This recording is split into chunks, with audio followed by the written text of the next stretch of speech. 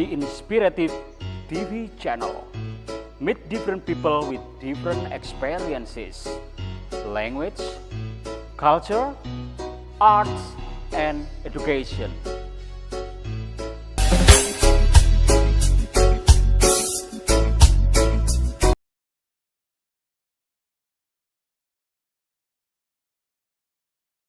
Assalamualaikum warahmatullahi wabarakatuh.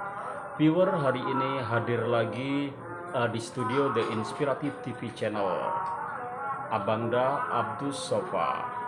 Beliau hari-hari aktivitasnya dalam religi.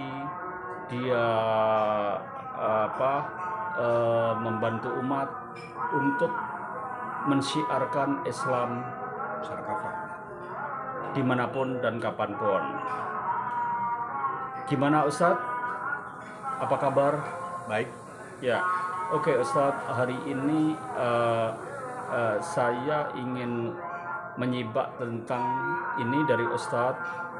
Mudah-mudahan nanti bisa memberi masukan pada viewer-viewer yang memang menunggu apa yang akan disampaikan oleh Ustadz Abdus Sofa.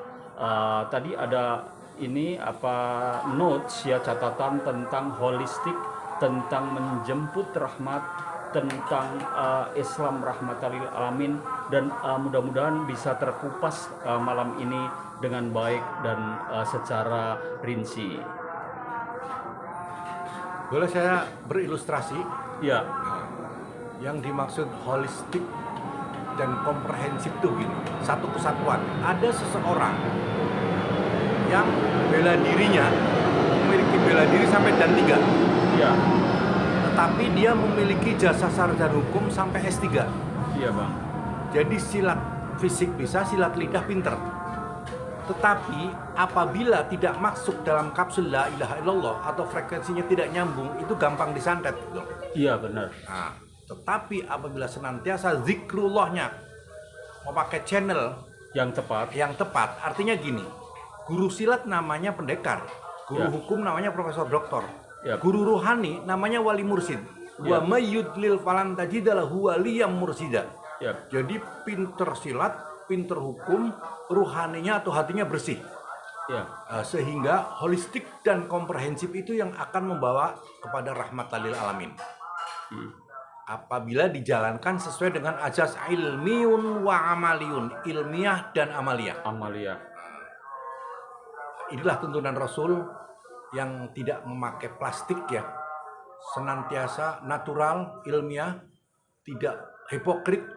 Jadi perkesatuan antara ucapan, langkah, tindakan, itu merupakan satu kesatuan membentuk akhlakul yang utuh, membentuk akhlakul karimah. Tadi ada penyampaian tentang mursyid. Mursyid itu gimana menurut penjelasan Abang? Mursyid itu adalah guru besar rohani yang mana hakikatnya dia adalah bahwa warasatul anbiya, al ulama warasatul anbiya. Untuk syarat menjadi mursyid itu akhlaknya harus meliputi sidik, tabligh, amanah, fatonah, itu dalam kesehariannya. Tuh. Artinya betul-betul ulama yang menguasai bidangnya dan disertai sanad atau silsilah yang jelas sampai kepada Rasul ilmu itu gitu loh. Apabila salah satu ada yang error, misalkan pernah terlibat pidana, telah perdata atau moral, itu mursyid itu kurang kredibel, nggak bisa dipercaya. Masih questionable ya Bang. Betul. Tanda-tanda ya. Al-amin dari kecil. Seperti Rasulullah dulu kan al-amin. Betul. Itu yang mewarisi harus al-amin gitu loh. Sehingga mudahnya tidak pernah cacat gitu loh. Itulah manusia kayak gitu langka. Kata Allah mengatakan ulir ruhu min amri rabbi wa ma utitum minal ilmi illa qalila. Kata Allah yang tahu ruh saya sedikit, yang lainnya. Tapi sedikit menurut Allah itu kan bumi juga sedikit, langit juga sedikit. Ada orang yang menguasai yaitu sejenis sebangsa mursyid gitu. Tetapi hal ini langka gitu. Maka ayat berikutnya carilah Carilah Ya. mursyid. Ya. Setelah kau beriman dan bertakwa, ya ayyuhalladzina amanu ittaqullah wabtahu ilaihil wasilah. Carilah frekuensi, metode atau teknik untuk munajat pada Allah SWT. Itulah dibimbing oleh guru ruhani yang namanya mursyid. Ya. Hakikatnya warasatul anbiya. Ya. Kata lain kalau bahasa santri disertakan ruhani Rasulullah. Ya. Itu Terus teknik itu tadi kita dapatkan di mana, atau kita bisa searching di internet, atau seperti apa, Bangda? Saya akan berkias secara hukum ya. Ada hukum formal, ada hukum material. Penegakan suatu hukum itu apabila formal dan materialnya itu seimbang. Nah, pada tataran asbabun nusul, historis dan filosofis mursyid itu baru bersifat teori. Ya. Tapi pada tataran praktisi harus ketemu. Harus ketemu. Harus ketemu Ya. orang yang dicari tadi. Iya. Sama mursyid harus ketemu. Harus ketemu. Itu dalam bentuk rohani apa dalam bentuk fisik? Kalau pertama kali pendekatan rohani aja dulu ya. Iya. Kita rohani. Tapi kalau sudah masuk, setidak-tidaknya dalam seumur hidup sekali pernah ketemu. Iya, pernah ketemu sama mursyid ya. Itu pemantapan namanya, pemantapan itu. Maka Iya. dianjurkan ziarah gitu. Ziarah. Iya. Terus mursyid sendiri itu apa memang duriyah Nabi atau gimana?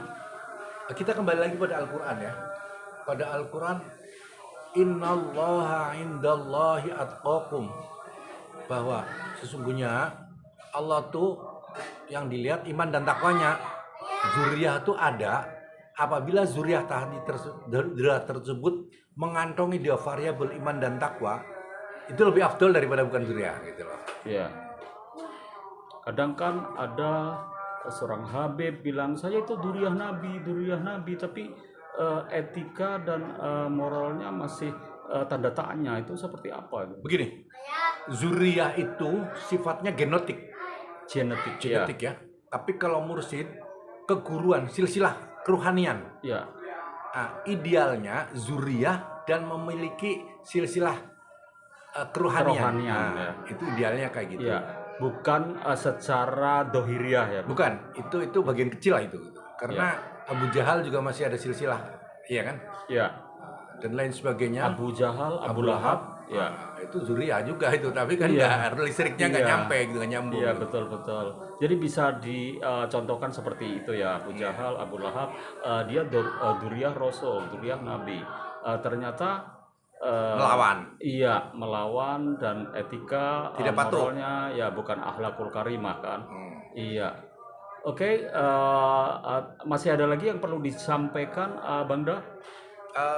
Tadi kembali lagi ada teori yang mendukung, ada 3 ya. Ya, teori yang mendukung ada 3. Pisau analisisnya ada 3 itu. Oke. Ya. Satu dari Maslow, tadi segitiga piramidal dibagi 3. Ya. Kedua Al-Ghazali, Ainul Yakin, Ilmul Yakin, dan Hakul Yakin. Yang ketiga di teori bergerdi, saya namanya lupa.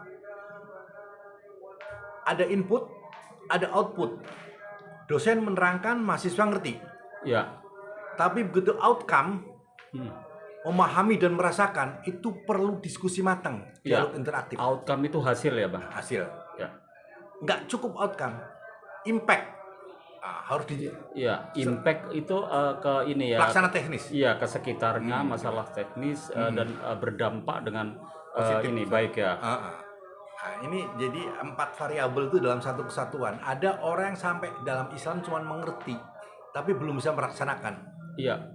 Kalau sudah belum bisa melaksanakan, apalagi merasakan. Di situ, itu makanya. Pendekatannya beda-beda. Kalau saya udah mengerti, cukup satu lah itu diterangkan ngerti. Begitu S2 itu harus masuk lab itu. Betul.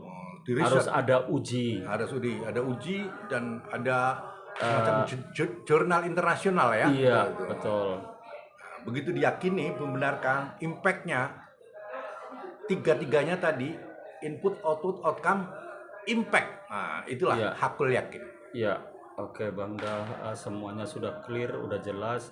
Mudah-mudahan viewer yang selalu ingin tahu seperti apa sih silsilah itu, seperti apa sih mursyid itu, seperti apa sufi itu. Nah, jadi sufi sendiri itu kerjanya apa namanya cara ininya sufi untuk actionnya itu seperti apa bang? Lewat zikir atau sholat malam atau? Jadi gini, ada 3 dimensi tadi. Dimensi fisik harus olahraga lah supaya kita menjaga kebugaran dan Iya. karatekanya pinter, Itu lincah. menjaga kesehatan ya. Menjaga kesehatan harus olahraga minimal sehari mungkin 1 jam. Dimensi intelektual mau doktor, ya baca bukunya 2 jam lah. Iya. Oke. Jadi jarang yang dimiliki itu pada orang yang padahal memang ditekankan untuk setiap dosen itu aja 1 jam ya baca buku. Iya. Tapi kalau sudah kelasnya doktor, apalagi profesor itu biasanya 5 jam bang Iya. sehari kayak gitu. Sama wali Allah juga pendekatannya beda, tidak harus tidak harus olahraga. Kalau ini pendekatan rohani zikir ya, evaluasi Iya. bagaimana dari hari ke hari lebih baik, lebih dekat sama Allah Subhanahu wa taala. Fastabiqul khairat, berlomba-lomba dalam kebaikan. Oke, saya tangkap abang. Itu ada sahabat saya yang memang beliau ini menjalani kesufian itu katanya, oke, ini yang apa namanya yang kuat ini lantainya pantat saya nih gitu, saking zikirnya itu bisa lama kayak gitu bang. Itu seperti apa? Jadi begini, ada istilah robot Tuhan dan robot hantu. Robot Tuhan Dan robot hantu. Robot Yang suka maksiat, ya minum minuman keras, iya Homer main perempuan, iya dan lain-lain sebagainya, itu robot Tuhan, robot hantu. Itu dapatnya kesenangan sesaat. kesenangan sesaat. Contoh, orang minum bir pertama kali itu kayak kencing kuda pahit. Tapi kalau diulang-ulang sambil nyawer jogedan, nikmat dia. Iya Itu khusus menurut hantu. iya Orang yang pertama kali zikir 1/4 jam capek gitu. Tapi begitu iya ketemu iya frekuensi, pertama kali ya bang ya. Tapi kalau udah terbiasa udah dia terbiasa merasa khusyuk, iya itu 2 jam nggak terasa. nggak terasa ya bang ya. Karena saking Nikmat nikmatnya dan memunajat pada itu dia. Tuhan ya. Itu tadi melalui link wasilah Wasilah, ya. gitu. Ya wasilah karir yaitu mursyid tadi ya. Jadi nggak terasa saking nikmatnya sampai berjam-jam. Kadang itu kan zikir kan dilakukan dengan berjamaah itu kan bang. Betul. Ya. Kadang-kadang jamaahnya itu sampai berpikir seperti ini. Ya ampun imamku ini ketiduran jangan-jangan gitu. Padahal dia sudah itu menembus ke ini ya kan, mungkin arasi Iya. atau zikirnya udah benar-benar menikmati seperti itu. Terus apa pertanyaannya? Pertanyaannya itu memang link itu atau wasilah itu udah nyambung ya bang kalau sudah seperti itu ya sampai nggak terasa gitu. Ya, jadi gini. Dalam hadis syar'i, orang sholat berjamaah dengan tidak berjamaah perbandingannya fi sab'i wa isrina darajah. Ya. Kalau yang Berjamaah, sendiri ya. 1 derajat, kalau ini 27 derajat. Sama dengan zikrullah ini Sama juga. zikrullah. Oke. Kalau kita masing-masing orang voltasenya 15, 10 orang jadi 150. Ya.